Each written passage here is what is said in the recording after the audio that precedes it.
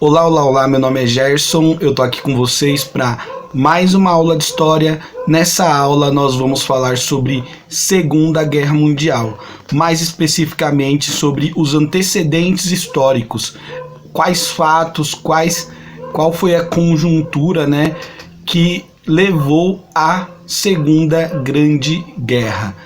E para isso a gente vai lá para o nosso primeiro slide de antecedentes. Primeiro ponto aí, o Tratado de Versalhes. Só para entender, o Tratado de Versalhes ele é o tratado de paz da Primeira Guerra Mundial. Muitos pesquisadores, historiadores vão tratar às vezes da Primeira e da Segunda Guerra como se fosse uma coisa só, né? Como se uma guerra fosse continuação da outra, tá? Eles estão fazendo uma leitura que em geral é muito bem aceita. Então a gente pode colocar aí como uma das causas, né?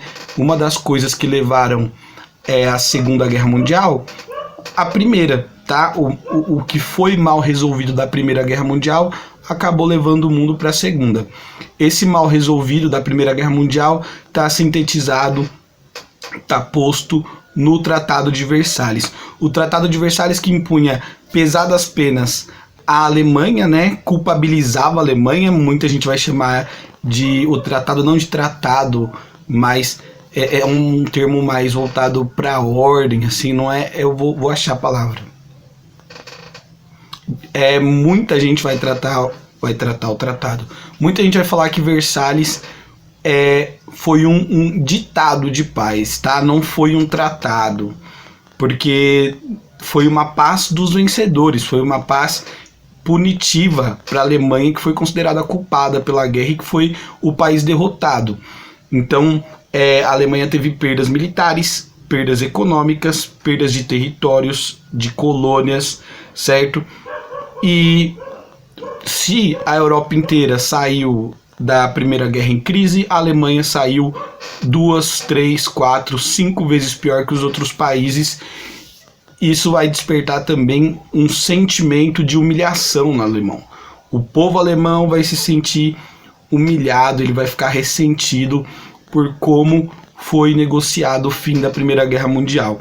Além disso, vai despertar um revanchismo, né? A Alemanha vai perder o território da Alsácia-Lorena, vai perder outros territórios em que tinham povos alemães dentro, os povos de origem germânica que viviam lá. E a gente vai ver que isso vai dar uma confusão toda um pouquinho mais pra frente aí, quando o nazismo e quando Hitler chega no poder. Outro ponto importante que vai fortalecer, vai ajudar, na verdade, a encher de pólvora essa bomba que vai estourar na Segunda Guerra, são as crises econômicas do pós-Primeira Guerra Mundial. Os primeiros anos de 1920 até 1925, 27 são anos ruins para a Europa, especialmente, que teve que passar por todo um processo de reconstrução física dos lugares que foram palco da Primeira Guerra, mas também de reconstrução econômica e social. E tanto que depois da Primeira Guerra a gente pode falar que só os Estados Unidos da América saíram bem, porque eles não foram território de conflito. Então a Europa estava passando por uma crise pós-Primeira Guerra, e quando o continente europeu começou a se recuperar, começou a querer melhorar, né, por volta de 1927, 28 ali, em 1929 estoura uma nova crise, que é a crise de 29, que é a Grande Depressão, que é marcada pela quebra da Bolsa de Nova York, tema que a gente já viu em aula anterior, inclusive.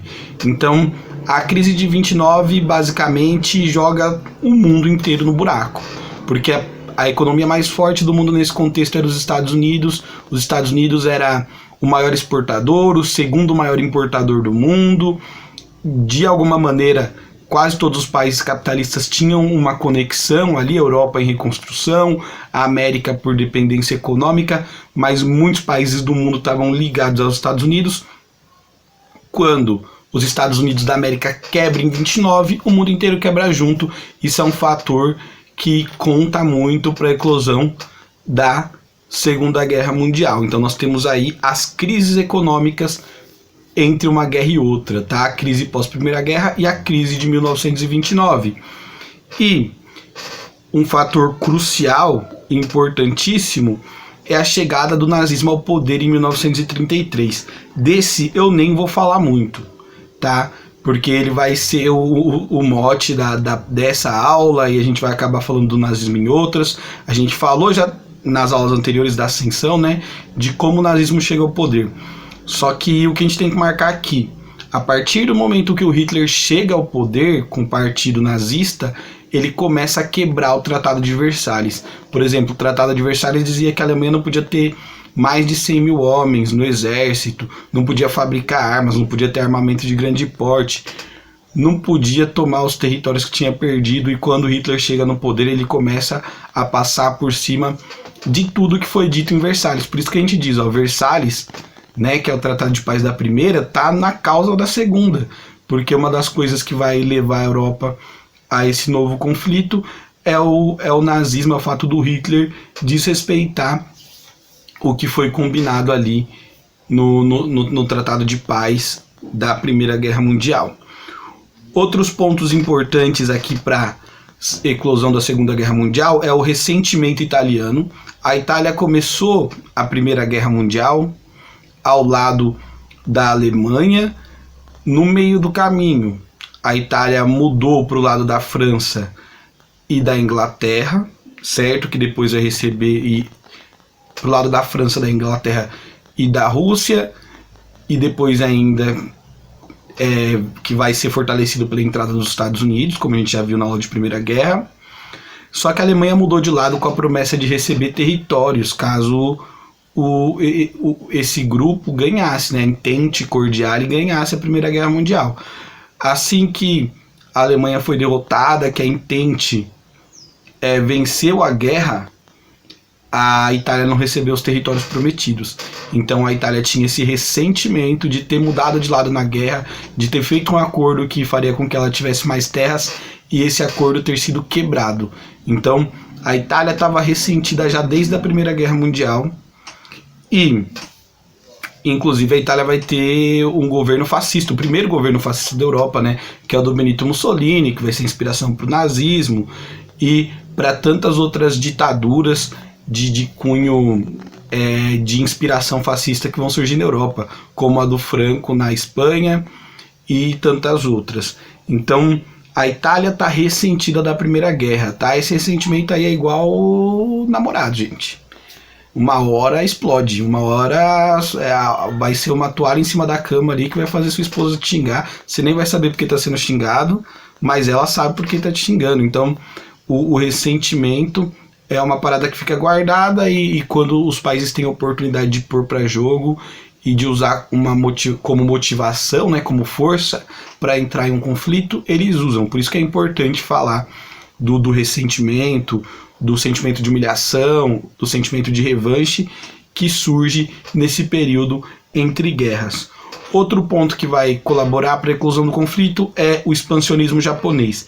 Aí a gente tem que entender, o japonês no final do século XIX passa pela era Meiji. O que é isso? O Japão, por um momento, foi dominado pelas potências imperialistas do mundo ocidental, especialmente os Estados Unidos. Nesse período, eles acabaram derrubando o feudalismo no Japão e os japoneses decidiram então que eles iam aprender como mexer, como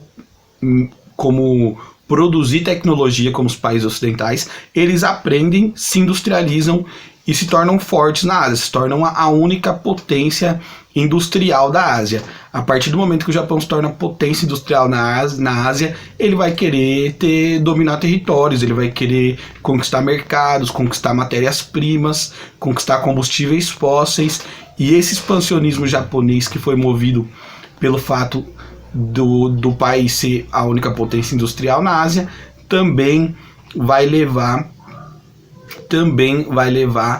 à Segunda Guerra Mundial. Tanto que a gente tem a tríade fascista da Segunda Guerra Mundial, que é o Benito Mussolini da Itália, o Hitler da Alemanha e o Hirohito, que é o ditador japonês. Então, meio que nas causas da Primeira Guerra, a gente pode pensar também que tem essa questão da expansão do pensamento nazifascista, tá? Porque são esses três governos alemão, italiano e japonês que são fascistas, né, que são totalitários, que vão acabar promovendo uma política expansionista que vai fazer com que o mundo entre no buraco gigante que foi a Segunda Guerra Mundial.